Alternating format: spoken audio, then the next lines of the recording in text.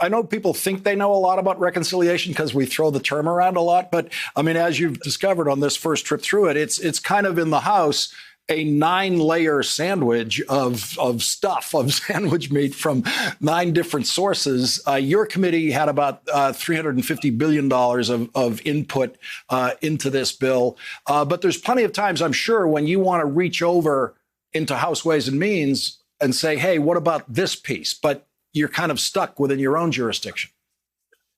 Well, there's an element of that, certainly, that they would like us all to, keep making the sandwich and not have interruptions. But we also want to make sure we get this right. So in addition to the 9-hour markup that we had in the Oversight Committee to get relief to state and local governments, I have been talking with the Ways and Means Committee and the staff trying to change an aspect of the proposed expanded child tax credit.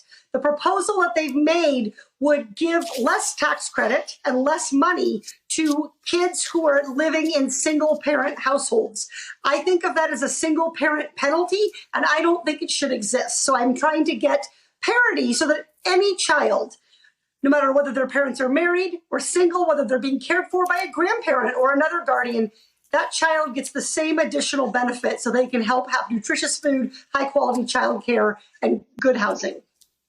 It helps to have single mothers in the House of Representatives to actually offer some guidance on this, because so often these kinds of distinctions especially within tax pieces, and this is technically, even though it's an expenditure, it's a tax expenditure. So that side of the law is filled with things that have different definitions for married couples than for single people. Absolutely. And when I first raised this actually was several months ago when we were working on stimulus checks, on disaster checks. And they said, you get this much if you're single, you get this much if you're married. And I thought, but what about me?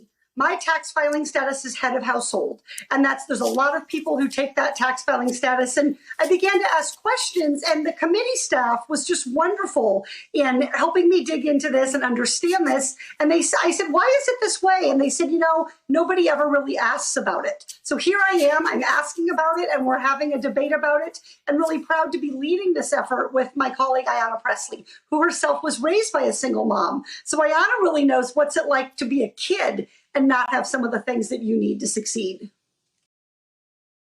Hey, thanks for watching our YouTube channel. You should know that you can follow today's top stories and breaking news and catch up on your favorite MSNBC shows all in one place.